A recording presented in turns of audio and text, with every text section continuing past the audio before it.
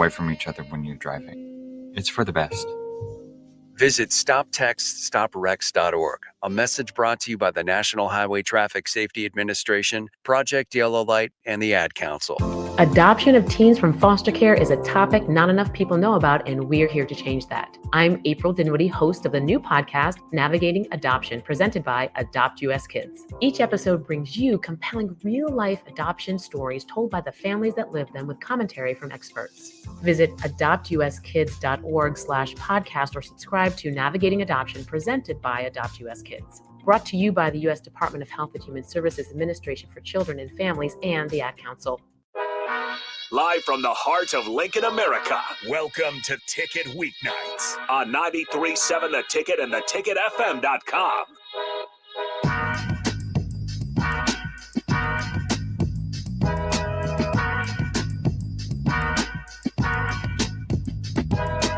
All right, guys, welcome back to the 2 to 3 segment here at the Niko at Night Show, the Niko Project, from 2 to 3 every single Sunday.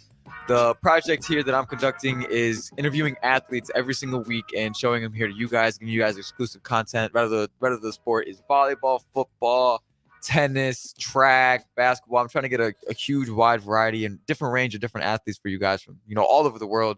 The University of Nebraska does a great job of recruiting not only, hometown heroes and here in Lincoln, Nebraska, kids from Omaha, Nebraska kids, but at the same time, they do a great job of recruiting foreign. They do a great job of recruiting kids from all over the country. They bring the best talent here to this amazing university. And this is not something new. This is something they've been doing for a very, very long time.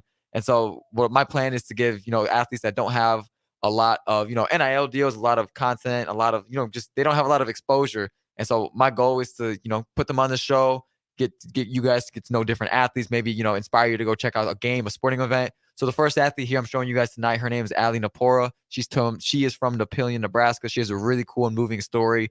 If you guys have kids or anybody who is interested in becoming a Division I soccer athlete, she has a really inspirational story. She went through a lot with an injury, and a lot of her podcast was talking about her bouncing back, about her career in high school, her come up, and she gives a lot of great advice on how to be a good person, good athlete, what it's like to be a D1 athlete, what the culture is like here at the University of Nebraska, and as a Division I soccer player. So this first episode is going to be Ali Napora. Hope you guys enjoy. Thank you. My podcast. We are back here with another athlete. We have an athlete by the name of Ali Napora. She is a junior soccer player here at the University of Nebraska from Napoleon. So she is a hometown hero per se. So Ali, how you feeling about being on the show tonight? Feeling great. You can take the mic. Oh, I have to take it? Thanks. Feels great to be here.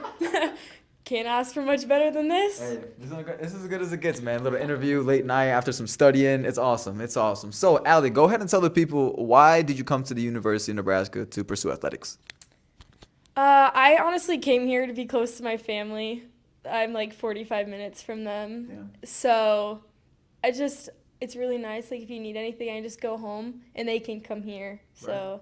And I love that my grandparents can just come watch me play and yeah. Just like high school. Yeah, exactly. Just like high school. That's awesome. Yeah. So, Ali, you have a very interesting story for the people here. So you ended up playing your freshman year all the way through, correct? Mm-hmm. So you play your freshman year, and then you dealt with a little bit of a hardship your sophomore year. Can you go ahead and tell the people what happened and how you're currently getting over that hump? Yeah, so my freshman year, played all out, was great. And then over the summer of my sophomore year, I was having some pain in my leg. And it would just feel like a tight, like tingly pain down my leg. Right. And I would go in for treatment, and she's like, oh, yeah, it's this thing. And we get it fixed, and I go out and practice. And then we get to season, and our first 2 exhibition games is our first one. It hurt so bad, but it started, like, right under my, like, hamstring. Oh, no. And I was like, all right, this is a little too much. And then the next game, I played through the whole thing, but I couldn't sprint. Like, I could not move, couldn't do anything. And the next morning, I, like, couldn't walk. My entire leg, from, like, my hip to my toes were tingly, just on my right side. Yeah, crazy thing. And then we go to a chiropractor. She's like, maybe you need something adjusted. We get there, and he pulls the trainer out in the hallway and says, yeah, no, go get an MRI. What? And I was like, are you kidding me right now? I am 19. I was like, ain't no way we're getting an MRI. And I'm thinking, okay, maybe it's just like a muscle imbalance, something stupid. And then we get the MRI back, and it's my back. It's my, what is it, C5S1, something like that. Whatever the lowest one is. Yeah.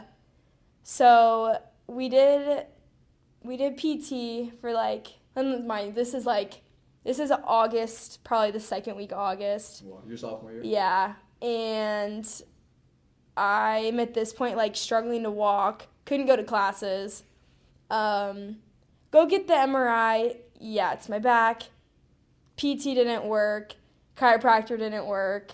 We went like outside of the university to get like extra help. Didn't work. Wow. And we got the surgeon came in and was like, here's your option.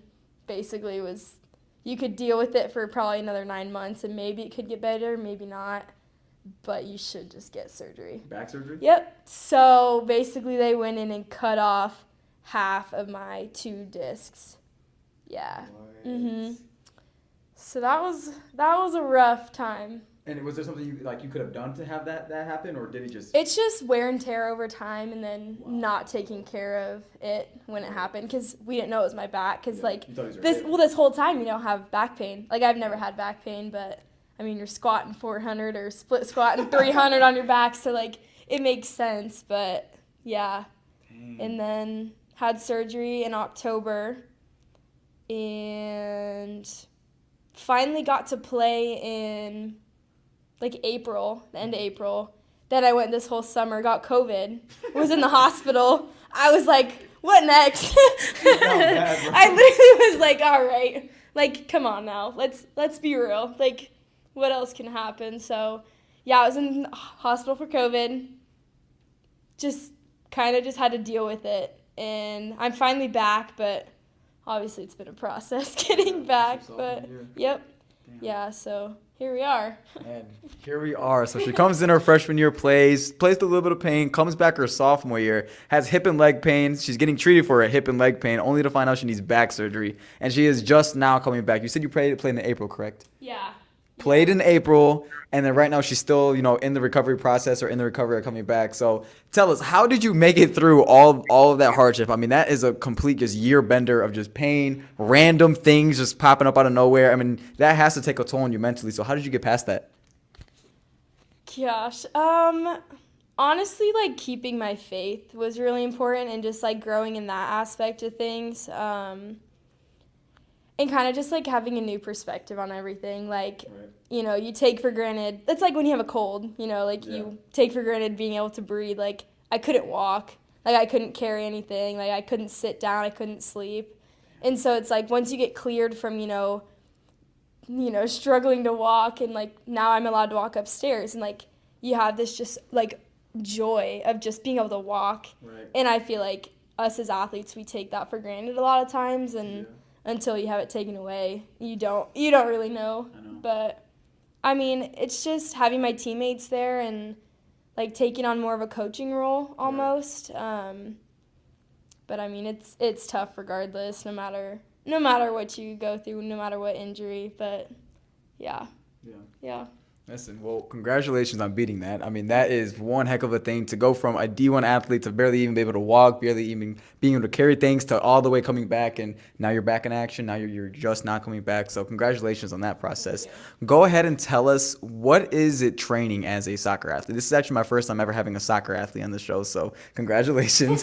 Tell us, what is the soccer process like for the weight room? So you were mentioning earlier about, squatting 400 or doing deadlifts 300 pounds. So you guys go pretty hard in the weight room. What's the training like for soccer? Like in practice? Practice in the weight room, practice on the field, everything. So the summer is heavy running. Like one of the days was 13 miles. What? In a row?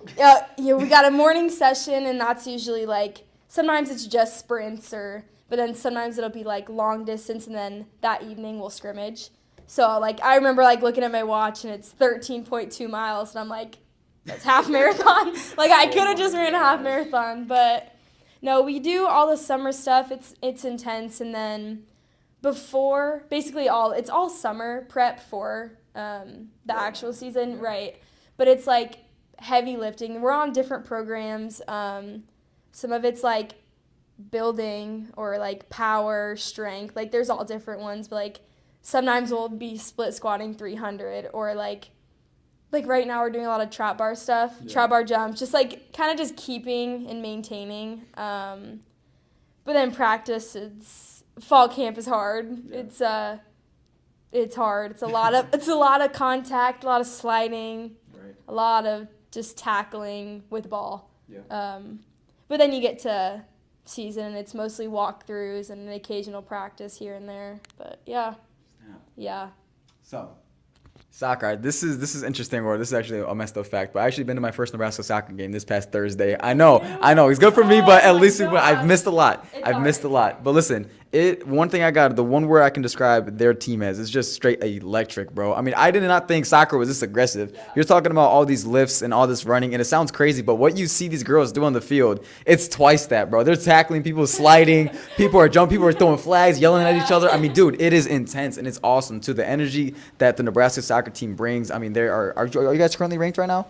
Or we are not. We were a couple weeks ago. They were a couple weeks ago. I'm pretty sure they were anywhere between 20 and 25. You guys were up there, correct? Yeah, I think we were 23. 22nd-ish. Somewhere in there, yeah. So listen, the Nebraska soccer team here is no joke. But at the same time, too, I do not understand the sport of soccer very well. I'm a track and field athlete, and I try to get to know my sports, but soccer is the one sport that confuses me. So, Allie, go ahead and tell me, what is your biggest strength for whatever position you play? Break down your position. And like, how do you train for it? Is it just like more like what do they call it? Dribbling? Yeah. Is it more running? Is it be more physical? What is it? So I play on the wing, and I feel like any of the forwards. I feel like speed is the biggest thing. Speed and just like honestly confidence. I feel like it's a very confident position, especially like in the midfield too. But like you have to be able to trust your speed and just run past players. Fitness is a huge thing, like being able to recover on everything. But I mean, I don't know, training-wise, like, you kind of just grow into a position. Like, you'll hear people say, like, you're a true center back. Like, some people are just meant to do certain things. And, like, if you have height as a strong suit, like, you're going to go into different positions. For me, I have a lot of speed. And so, like, I stay on the wings pretty much. But, I mean, it really just depends what you're good at and then just what kind of you build from that. Right. Are you taking a lot of shots? We do a lot more crossing. So, like, we'll beat our center back and then kind of cut in and then kind of clip to the back post or whatever type of cross you want. But, yeah. That's interesting. Yeah. Okay, so obviously you said your position requires a lot of confidence, a lot of speed, and a lot of fitness. How did you end up getting to the University of Nebraska? So we know you came. It's very convenient. You're, like I said before, hometown hero. What separated you from the other girls in your high school, in your conference, and even the state? Ooh, I think for me, especially my senior year, was my ability to score. I think my senior year I broke my arm. What? I believe it or not, I clean snapped it. Like, I don't know. Oh. Like it was bad. Like how bad? Like he was hanging almost? Yeah, you want to see a picture? We can look after. Yeah. But it was bad. So I was out for the majority of the season, but I could just score. Like every shot, probably out of 5, like every 3 would go in. Like it was just, that's what, but I was already committed by then. But I think I committed my freshman year or sophomore year, end of my sophomore year, or beginning. Yeah, wow. Beginning of my sophomore year, because it goes so quick for women's sports especially. But I think, my parents put me on a travel team. So I've been traveling since 6th grade. Wow. Yeah, so it's just a lot of time and dedication and, being able to miss certain things that most kids get to do. Like, the Friday night football games or homecomings, prom. Like, I didn't get to do any of that. I didn't get to go to any of that. And not that I wanted to. Like, I love soccer. Yeah. So I'm, not missing out. But and one more word, perseverance. Yeah, exactly. A lot of perseverance. Yeah, a lot of perseverance. Just with all the things that come at you. Right. Yeah. Right. Yeah, I like how you mentioned before. A lot of different athletes are like they grow into certain positions. Like you're a wing, and there's a lot of different people. I think you're a true center back. I feel like that's awesome for the sport of soccer because you guys train so non-traditional. I feel like compared to other sports. Like this is gonna sound funny, but you almost train like football players. Like I used to be a football player in high school, and you're mentioning these camps, and all these different types of workouts, and it's almost the same, just without the pads and without the tackling, without the use of the hands. So go ahead and describe the dynamic on the soccer team here. I mean, each soccer player I know, you guys are fun, bubbly, electric. Like I said before, the way you guys have your personalities is almost the way that you guys play. So go ahead and tell us what the culture is like here in Nebraska. For our team? For your team, yes. Our team culture is, I'll go back to electric. Like, it is just so positive. Not in a sense that, like, we're never, giving comments or feedback to each other, but it's like, we all just want what's best for each other. And that's something that's changed since I even got here, like my freshman year. Yeah. I think we've done a lot better at that. Everyone's willing to do anything for the player next to you, like on and off the field. And like even players who do start, it's like they're giving feedback and they're receiving feedback. But it's also like outside of soccer, like we all give each other rides. We all hang out, we'll do like therapy nights or like we all hang out, we'll watch movies, like especially when like fall comes around, we'll do like bonfires. It's just like it's so positive, like we all just want to win and we all want to be here, and I think that's what separates us from a lot of teams, especially in the Big Ten. Yeah, that's so powerful. I feel like having a team that you can just tell anything to, like you mentioned before, giving rides, having bonfires. I mean, it gets crazy out there in the field. I mean, you sometimes can even lose your mind being a D1 athlete. You have so many responsibilities when it comes to school, personal life, practice, being, in shape. I mean, there's so many factors that go into it. So, having one less stress of not having a toxic team, that is so important. You even mentioned before, too, it wasn't like that when you first got here. My situation was very similar to track and field. It was not like how it is now when I first got here. So it's honestly a blessing to be able to be a part of a team that's just good, a good team dynamic. So another section I would like to go into before, we were talking about, I actually just grabbed her from study hall. She has like all these notes up. She's writing on her iPad. She's locked in with her headphones. She is what I would call an academic weapon. So go ahead, tell us, what is your major and how did you find your love for school? I am a nutrition, exercise, and health science major. Honestly, I've just always craved academic validation. Like, my older brother is extremely smart, like, doesn't have to try. And so it's like, I have the sports over him, but it's like, I wanted to be that. Like, I wanted to beat him. Like, I'm a very competitive person, so it's like, if he can do it, why can't I? Exactly. That's, like, how I go about all of it is, like, like, if she can study, why can't I? So it's like, you know what I mean? You just do it. Yeah, exactly. And, like, comparison is not always the best, but it's like, if I can put, an extra half hour in and maybe I'll get one more concept, like, that's maybe 2 more points on the test that I didn't get before. So just love it. And what do you want to be with your degree? I want to be a PA. So it's like 3-ish more years after this, but yeah. You always want to be a PA or? No, I actually wanted to go into PT just with like all my injuries and just being around sports. But yeah, I job shadowed, not for me. So job shadowing has actually really helped me. But yeah, it's not for me. So this is kind of my path so far. Yeah. I agree. So we covered a lot of different topics in here. We talked about your injury, your hardships, why you're at the University of Nebraska, your come up through, your high school sports, persevering through injuries, everything. What do you like to do in your free time, your personal time? What hobbies are you into outside of the academic weapon and the, all the training and everything? What do you like to do? Who is Allie Napor? Who am I? I love to be with my family. Mm-hmm. I love my dog. I have a dog. What's his name? Her name is Bug.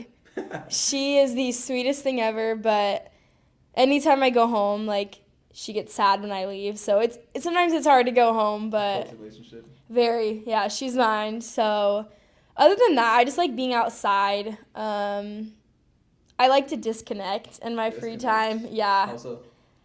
Phone off. Really? Yeah, iPad off, computer off, like completely put away. Really? Off the grid. Off the grid. That is how I like to live. I'm not gonna lie. But I just like to go with the flow. Like, I I just want to have fun, like anything that takes my mind off of being here. And, you know, it gets hard, like you said. And, you know, just having anything that almost like is a distraction. But you find like love in certain things. So, yeah. That's a deep answer. That's a lot of people that I've never actually gotten an answer like that. I've never heard anybody say like the word disconnect to me when I've asked them that question. Like that's very unique. So that's awesome. So I would love to, I mean, you've been killing this podcast so far. So we're going to go ahead and wrap it up with one last final question. Allie, go ahead. If there's any girl out there or girls who want to be in your position, let's say they're emailing schools and they're having no luck, or they just want to become a D1 athlete one day, how or what would you tell them if, you know, you had any advice to give to them? What should they be doing for the recruiting process? Should they be going to camps? You know, what's there to do? Because you did say it's a process that happens very early on. So what advice would you have for the people, you know, who are maybe later in the process, like juniors, seniors who are looking to go D1? Yeah, I say things have changed a little bit with the new recruiting rules. But I think just doing everything right, like email the coaches, like send the email. If they don't respond, okay, like invite them to your games. I think that's huge. Let's see, what else? Just, go to camps, honestly. Like the more the coaches can see you, the better. Video.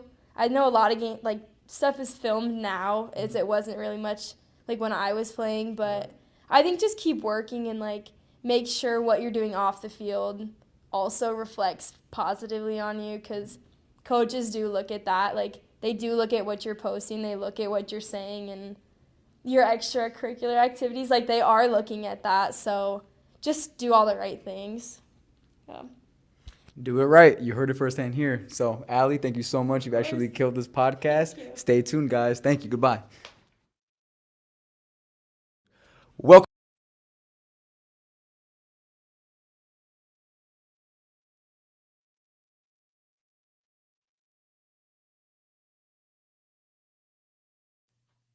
All right, guys, that was Allie Napora on the Nebraska women's soccer team. Hope you guys enjoyed that podcast. We're going to go to break right here, but upcoming we have Lainey Choboy on the Nebraska volleyball team. So stay tuned for that podcast. Okay, it's time to sell the house. How do we even begin to choose from the hundreds of realtors in town? Easy. We make a pros list. You mean a pros and cons list? No, just a pros list. We need someone with pro photography to showcase the house in the best possible way, pro marketing to make sure we get maximum exposure, pro negotiations so we know we get the best price. This is one of those times where you already know the right answer, isn't it? You know it is. Ben Bleicher and Professional Realty Group. Contact Ben Bleicher and the team at Professional Realty Group of Berkshire Hathaway's Home Services Ambassador. Online at prg-ne.com. Finally, a good reason to have a smart house. Just say, Alexa, play 93.7 The Ticket, and we'll magically start playing. How's it work? Nobody knows. Don't ask questions.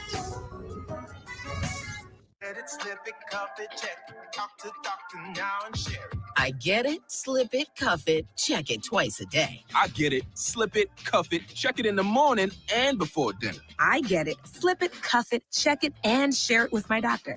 Nearly 1 in 2 U.S. adults have high blood pressure.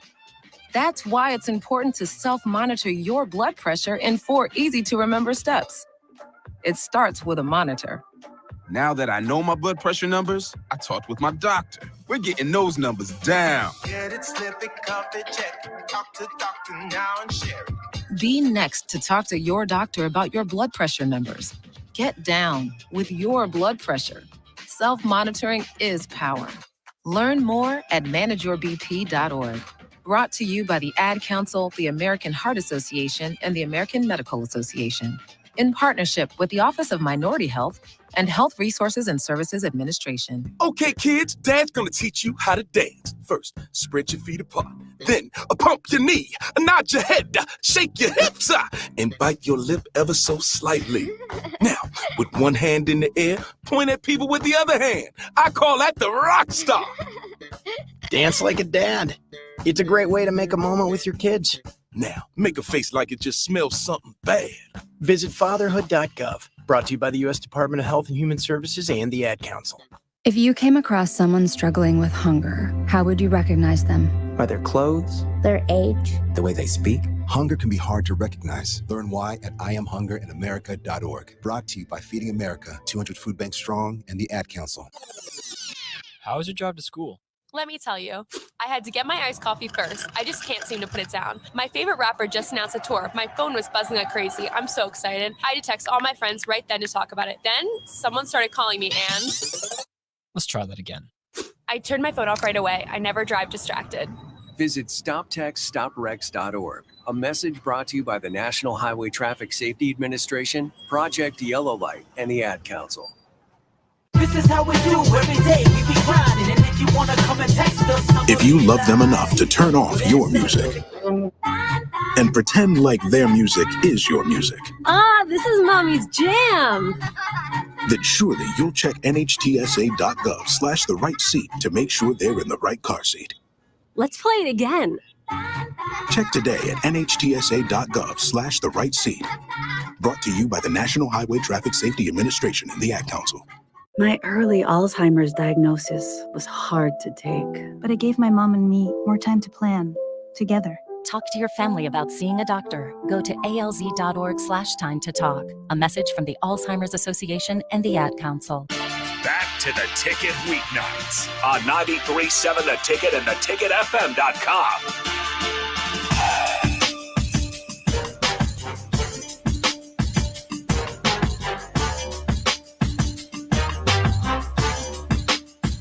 Okay, welcome back to all my listeners. We are here back live at 93.7 The Ticket from 2 to 3. This is the Niko and I podcast, the Niko Project you're listening to. Here as my guest, my contestant, I have Lainey Choboy on the current undefeated Nebraska volleyball team. Lainey is a libero from North Carolina. Very fun personality, great person. You guys are going to be getting a bunch of good inside scoop on what it was like. 92,003 people. It's going to be an awesome show. Go ahead and enjoy this podcast right here, guys. Lainey Choboy. Welcome back, 93.7 The Ticket. We are back for another Niko and I podcast. The current time of day is 8 p.m. inside of Memorial Stadium, and I have a Nebraska volleyball superstar for you guys here tonight. Her name is Lainey Choboy. Lainey, how are you feeling about being on the show tonight? I'm excited. Lainey is excited to be on the Niko and I podcast. So, Lainey, go ahead and tell the people, why did you decide to come to the University of Nebraska? I was originally committed to Minnesota, but due to a coaching change, I decommitted and had to decide between two schools. It was here in in Texas, and Minnesota, I guess. But yeah, and I chose to come here because the team chemistry, the culture here. Obviously, I wanted to win, and I could have done that at either program, but I wanted to compete, and I just think that where I want to go, I think that Nebraska will lead me there.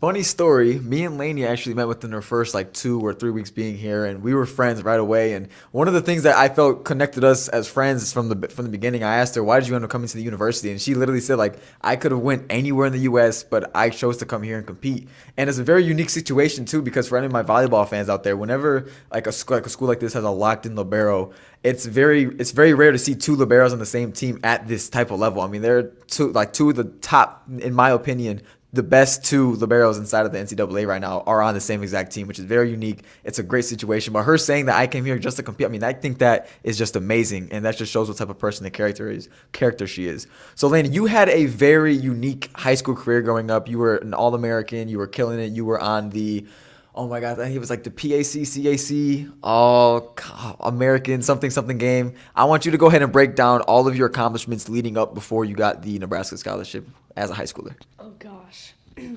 Okay, I would say freshman year of high school, I think it was, or sophomore year, I was on the USA U18 team, and we went to Worlds, and we placed third at Worlds. And then the 2 years later, because of COVID, we couldn't do the Pan Am Cup that year, so we made it the next year. So then I was on the Pan Am Cup team in U19, and we won gold there. And then, let's see, I was at the Under Armour games. My team lost in 5, unfortunately. Let's see.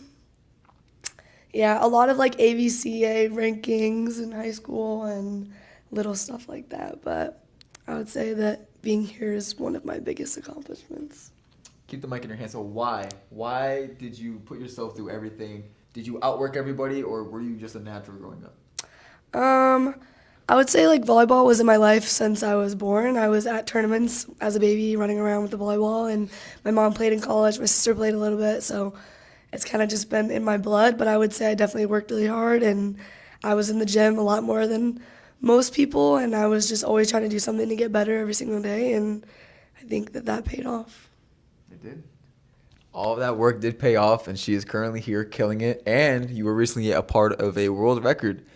I was there in the stands, so she's gonna go ahead and break down everything. I'd love to hear from your point of view. So this is your freshman year, kind of. You came last semester here, blah blah blah, whatever. You're a half sophomore, half freshman, whatever you want to call it. So go ahead and tell me, what did it feel like walking out of the tunnels? Because from a fan's perspective and knowing you firsthand, it's like I had goosebumps. I mean, seeing you guys walk outside the tunnel, the atmosphere, all the people inside of the stadium, it was just electric. So go ahead and just walk me through everything: the pregame, what it was like walking out, playing the game, and then the concert afterwards.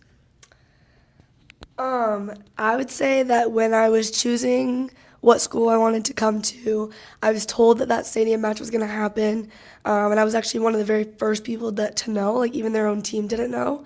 So, yeah.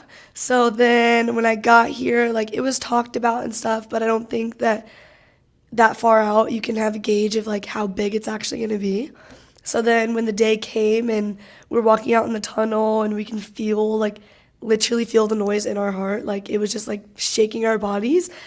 We walked out, we looked up, and the fans were just everywhere. Everywhere you looked, they were just like, Red. yes, bleeding red and a sea of red. And it was just like a crazy experience. And then I just know that women's sport is growing so much. And to know that like we set a women's record, like not even the Olympics has that many people. So it's like to know that women's sport is growing, especially in college, and volleyball in general is really special. I mean, it was amazing. You even had Stephen A. Smith on SportsCenter talking about it. I mean, if that within itself doesn't tell you how big of an event it was. I mean, there were people all across the United States talking about that. I mean, it was much bigger than volleyball that day. It was just amazing for the school, for the community, for everything, for you guys, for how many people on your team? Is it 12, 13?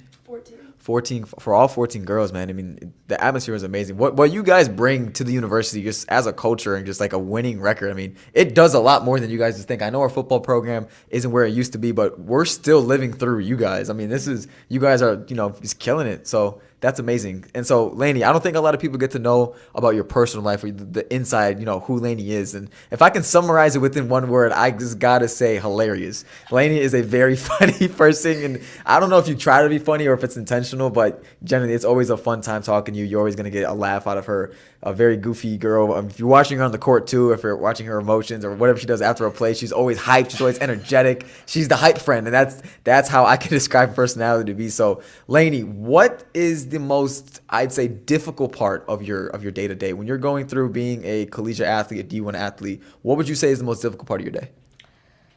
I would say what's most difficult is like separating volleyball and life, because my coaches are a little bit worried that like I'm gonna get burnt out because I put so much into it. So they want me to have something outside of volleyball, but it's so difficult for me. Like after practice, I want to come on, I want to watch film, and I want to talk about volleyball all the time. But I think being able to separate it, especially like if you have a bad day at practice, not letting it move on to the next day and like affect your personality, and just come in the next day happy and like ready to take on the next day, because it's hard when you have so much pressure put on you at this level. So being able to like separate that is definitely difficult.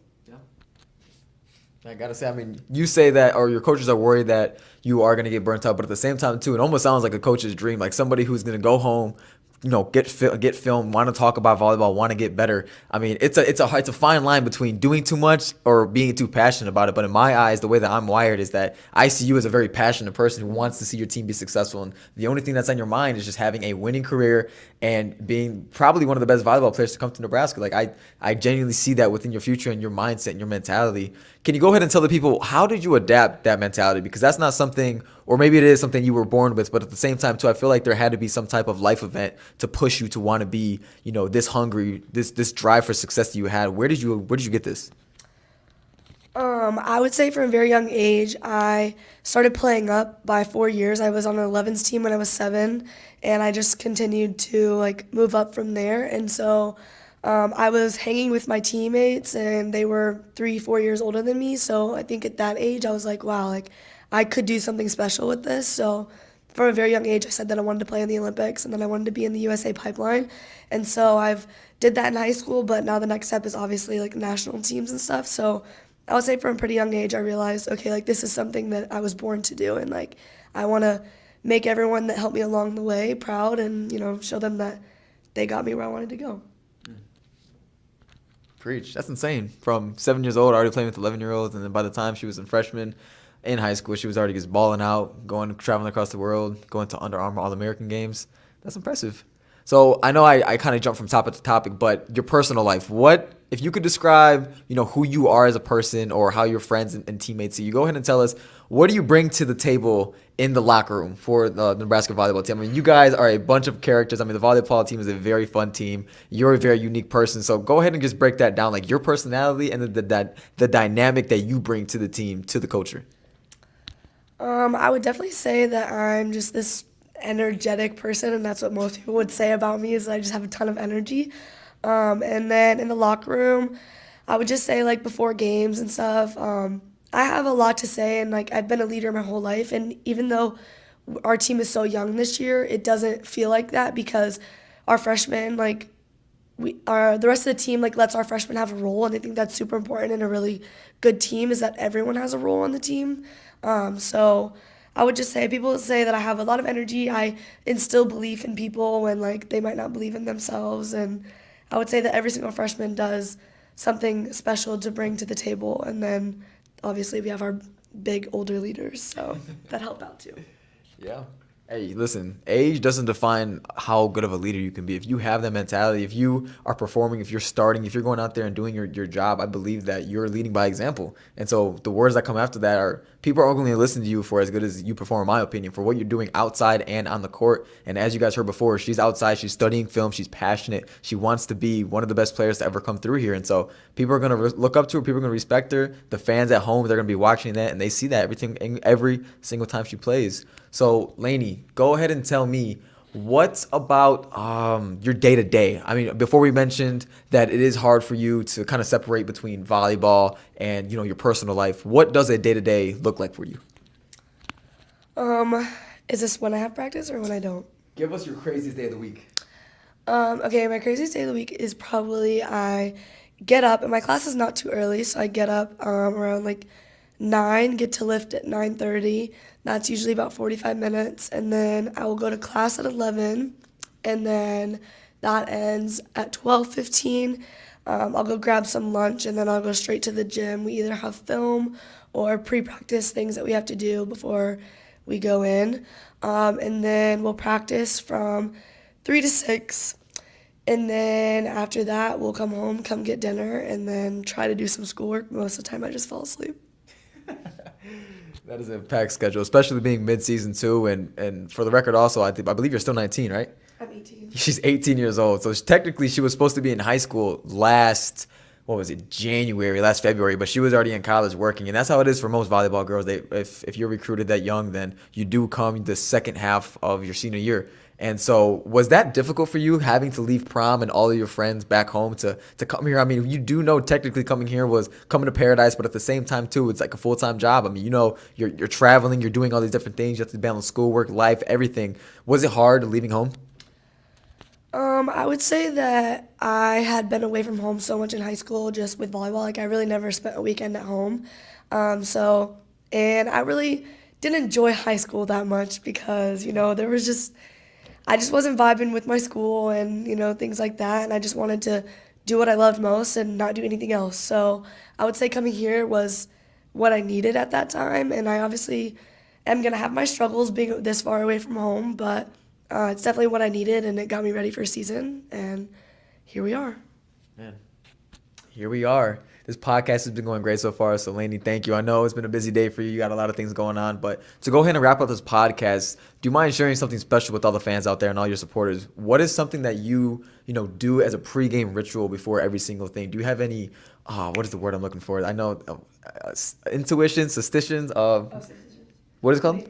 It's Wait, don't do that to me. Don't do that. Don't make me mess it up. The word? Oh, you don't want to say it. It's superstitious. Yes, superstition. like Do you? what? Yes, that's what it was. Thank you for helping me with that. Stitions. We're gonna call it stitions for this. Superstitions. Do you have any superstitions that you do before every single game? Is it a lucky pair of socks? Is it listen to a certain song? And then go ahead and tell us: do you get nervous before you play a game? When you're out there, you have confidence, you have energy, but going out there, do you get the same feeling no matter the opponent? I would say I don't really have any superstitions. I don't have lucky hair. I don't have lucky anything that I wear. But I would say something I do before every game is just braid all my teammates' hair. I try to get ready pretty early so that I have time to do their hair. So that's fun. They always ask for some crazy things, so I get to try new things. And then, what did you say on the court? It was when you're playing opponents, you get nervous. Oh yeah. Okay, I actually don't usually get nervous. But for some reason, I actually was nervous to play Minnesota. Really? And I don't know if it was because I was committed there. I have, I don't know, I don't know what it was, but that was probably the first time in a really long time I've had butterflies before a game. Even before a stadium game, I was not really nervous. But for Minnesota, for some reason, I was a little bit nervous, which is so weird.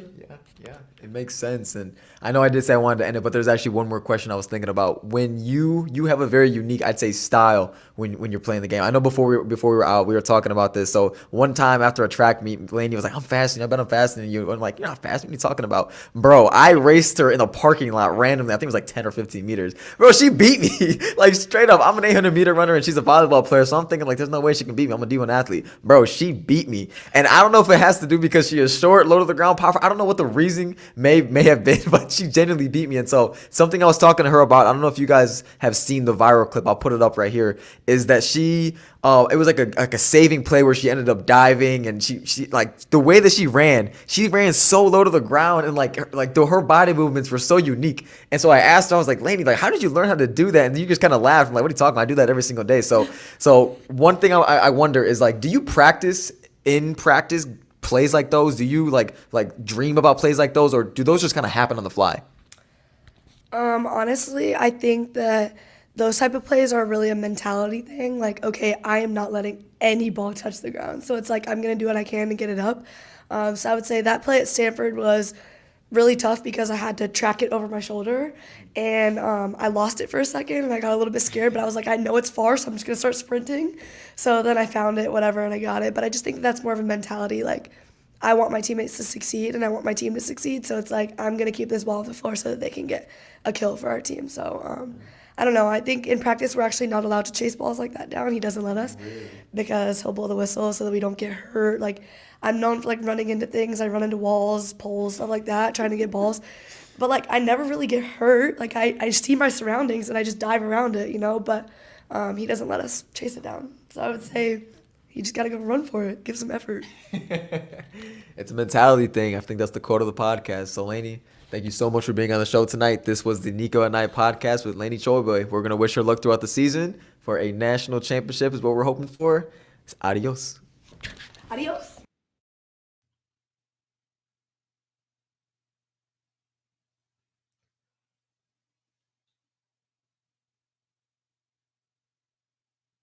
All right, guys, that was Lainey Choiboy on the current Nebraska volleyball team, the Libero. She absolutely killed that podcast. We're going to go to a very short break until we introduce our last guest, Ashriel Dixon, on the Nebraska track and field team. He's a high jumper. An entire week of celebrating Lincoln's Craft Brewers is just around the corner. October 2nd through the 8th is Lincoln Craft Beer Week. Head to lincoln.org/beer-week for a complete schedule of events at your favorite local establishments. Brought to you by Visit Lincoln. Remember to enjoy responsibly. Action Plumbing, Heating, Air, and Electric is the call I make when I have a need for plumbing services.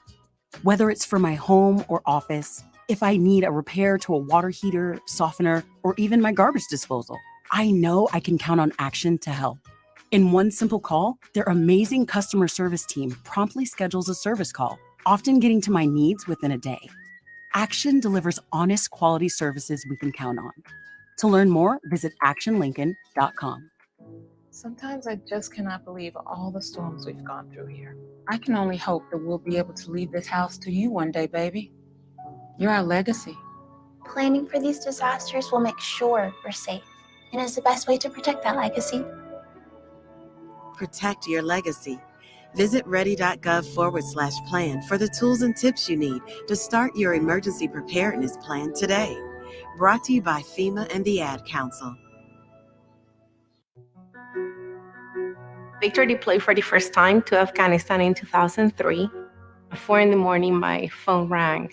They said, "I regret to inform you that your husband was wounded in action." Victor sustained a moderate traumatic brain injury.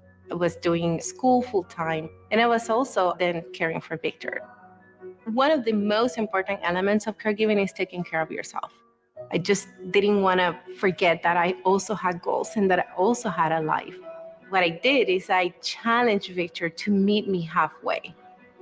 There are almost 6 million military and veteran caregivers across the nation. We have our own journey, and we can fulfill that journey at the same time that we are helping our loved one. Visit aarp.org/caregiving for a free military veterans guide to navigate your caregiving journey and better care for your loved one and yourself. Brought to you by AARP and the Ad Council. If you can plan barbecues and weddings, you can plan to protect yourself from a natural disaster. Sign up for local alerts, prepare an emergency kit, and make a family communications plan. Get started at ready.gov/plan. Brought to you by FEMA and the Ad Council. Back to the Ticket weeknights on 93.7 The Ticket and theticketfm.com.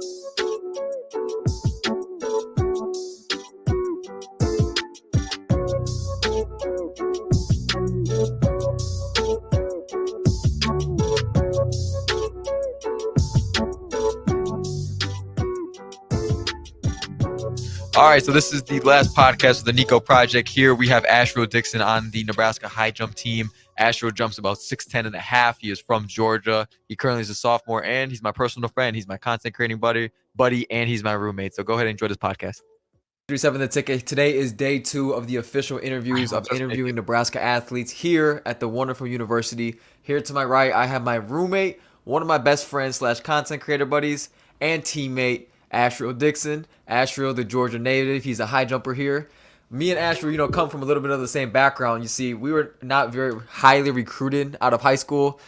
We had the willpower and the faith to just keep on pushing. And so a lot of athletes out there, I'm sure you can relate to this, but we were pushing out emails nonstop to different coaches. Yesterday, Ash came into my room, and he just went down a full list of contacts of how many college coaches he was in contact with during the whole entire recruitment process. And Ash, just like myself, was recruited late. I was recruited, I believe, in March of my senior year. When were you recruited? Dude, I committed to Nebraska June 16th, my senior year.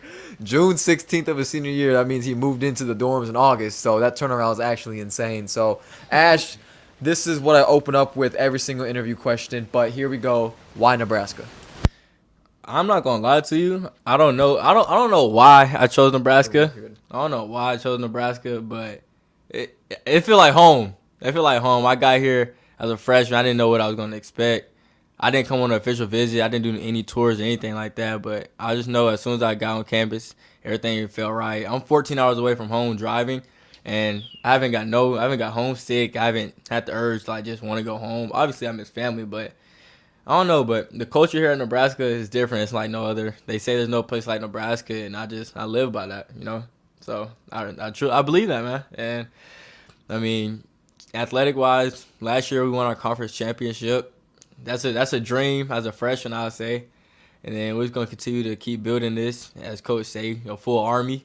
So, and on the academic side, we're like one of the top schools in the nation for academic All-American. So that plays a huge part in that as well. So exactly. That's why Nebraska. That's why Nebraska. And hey, Ash, I can relate to that thing you said earlier. What was it you said? That you said you never even visited this place before you committed? Yeah. I was in the same exact boat. So unlike you, I was a COVID kid. So COVID hit me my junior year, hit you your sophomore year. So during that entire recruitment process, there was no official visits, no unofficial visits, no nothing. It was a virtual visit. I was walking on Nebraska's campus on a computer, pressing the space bar, taking me to different places. And that's how I got to decide if I wanted to come to the university. So like you, man, everything worked out last minute. And as you said before, you got here and you instantly just felt like it was home. I felt the same exact way. Right when I got on campus, driving around the city, the nightlife, the day life, when it comes to the academics, everything, it all worked out in the end. So let's go ahead and transition a little bit. Ash, go ahead and tell me, what is your biggest your own mental block or own block in your own way when it either comes to just college, when it comes to getting through your day-to-day? Is it the school that's most difficult for you? Is it communicating with other people? Go ahead and tell the people kind of what's your biggest struggle right now from your day-to-day. Well, everybody knows me. I'm a social kid, and I love talking, so communication, nothing, everything like that, that's not a worry. But I'll just say getting in my own head. Like, school has never really been my thing, and whenever I get stressed about something, I kind of, like, deter myself and, like, put my head down. But I just remember I have my teammates, my faculty, to always be there to boost me up, and I just get through it, man. That's really what it is, school. I mean, athletic-wise, God, He stored the ability in me. I just got to put in the work and just be the vessel to be able to glorify Him. But school, that's really a huge mental block. Especially this semester, they started me off with 18 credit hours, bro. Woo! If you're in college, 18 credit hours on top of being a student athlete is nuts. So that hit me hard, and I was like staying up late, overthinking things, and just really couldn't get no sleep. But I talked to Mike Neiman and the new counselors and everything like that. So we got that back down to 12. So yeah. We rolling right now. We rolling, baby. Hey, I appreciate you being transparent about the grades, man. Like you, there was a time period last year outdoor. I was struggling so bad with my grades, man. It just hit me out of nowhere. The traveling, going from state to state, leaving on Wednesday, leaving on Thursday, having to cram, having to communicate with my professors. So, hey, man, I tip my hat off to you because I was stressing out that off of like 14 credit hours. You're doing this off of 18. So, man, 18, and like he said, if you're a college kid, you know that 18 is just outlandish, just out of this world. So, Ash, go ahead and tell me or tell the people a little bit about your process and how you got to the university. So I know you did say you were a bit of a late bloomer, but what separated you from other athletes? And for anybody out there watching, go ahead and tell them, how did you become D1? Why you out of every single other high jumper out there? Why you? Why are you here at the university? What makes you different? Really, I mean, honestly, God, I'll say, man. And the communication, my dad, he always like drove us to be able to promote ourselves. And so shout out Tony. Shout out Pops. Dad, I love you. Mom too, My mom always told me not to make every opportunity count. But I'll just say, I was new to high jumping. I started high jumping my junior year of high school, and that's kind of late for a track and field athlete. Very late. And I just went day by day with it, and then I just started texting coaches. I started off with my PR 6 foot. I thought that was everything. And if high jump at the Division 1 level, going to Division 1 or college in general, that's nothing. So I just kept increasing, and then in a short amount of time, I PR'd 6'10", and then coaches found an interest, and then I'll start building a relationship with coaches, and they said that that's a really good thing that they look in for kids coming to the next level, to be able to communicate and actually show that they're motivated and driven to be able to be their best athlete or just the best person they can be. So I guess I'll say that would separate myself, quote unquote, from other kids. Not to take anything away from other kids, but communication is a big part that plays in recruitment process. You feel me? So yes, I get that. No, I really speak highly of Ash here, man. I mean, Ash, he's the number one communicator I know. Whether it's being a hype man, whether it's just going to talk to somebody, man, this guy right here, man, he is an open book when it just comes to, like, if you got to get something off your chest, if you got to get some advice, this is the guy you want to go to right here. And I got to tip my hat off to this man right here, because what are you, 5'10", 5'9", about my same height, right? Bro, okay. I think I'm 5'10", 5'11"-ish. Every time I go to the doctor, 5'9". And then I did a height thing in the weight room. Right. 5'8". What?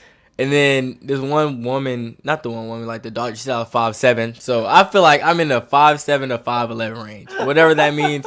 But, different scenarios. When we're talking track, I'm going to say like 5'8", 5'9". But if I'm just out talking to somebody, right, I'm 5'10", 5'11". So talking to the females, you 6 foot? For any females watching, he is 6 feet tall, but whenever he jumps 6'10" in high jump, he's 5'7", if y'all want to know. So let's just say me and him are near the same height, right? And this dude's jumping 6'10".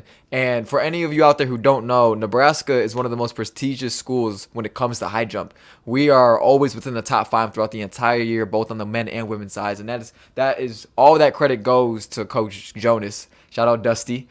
He was an Olympian here back in 2010 and 11, and probably backed it up a little bit, but I believe 2008 as well. And so, learning from him and even just talking to him as a guy too, he's a really stand-up guy, and he sees potential. Like finding kids like Ash, man, like he really has an eye for this thing. He knows form. He knows everything there is. So, Ash, to close out this interview, go ahead and talk to the people about Coach Jonas and just describe what it's like being under an Olympian. It's a blessing. Every day I just remind him, like, dog, you jumped 7'9", 7'8" and 3/4, which is unreal. And he just says, yeah, but I'm old now, so it's your turn. So I just really just look up to him as a role model, an uncle, a father figure, just somebody I can really look up to. And it's not always about track with him. We can actually have real conversations. We go to his house, he'll cook for us and everything like that. And like you said, like our high jump program, like men and women, we're number one in the nation. I'm pretty sure we both finished number one last year in the nation. And we were sitting at number one the whole outdoor season. And it's really just a real motivational thing, because when you do have somebody that's so high up on the spectrum, you're number 2 all-time NCAA as your coach, it really drives you to be able to want to be like him or surpass him, you feel me? Exactly. And he really puts together a really good group every year. So shout out to Dusty, man. We love you. And, yeah. Go Big Red, man. Go Big Red. Go Big Red, yeah. And, for everybody out there watching, too, if you don't have the chance to watch him, you can always follow him on Instagram as well. I think his name is Coach Jonas. Or go to the Husker Track and Field Instagram if you guys ever want to keep up with how our season's going. But like I said before, I speak very highly of this character right here, man. Ash, great guy. For everybody out there watching, man, go ahead and follow Ash Real on YouTube as well. Me and him have been on the YouTube content creator journey as well. So we're always going out on the streets on the weekends, interviewing people, getting things done. So Ash, go ahead and shout out YouTube, your exact username. Do you know what it is by chance? I think my username is Astro135 or AstroKD or something like that. And then on Instagram, it's AstroKD. And then I also have a production page. Is A1_productions. If anyone ever needs like a hype video or any type of video, hit me up, man. Exactly. Hit me up. Exactly. He's your guy right here. This was the second version of the athlete interview, and this was 93.7 The Ticket. Adios.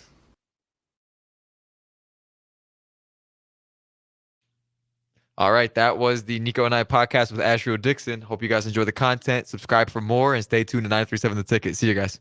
Alexa, play 93.7 The Ticket. Okay, playing 93.7 The Ticket. Alexa,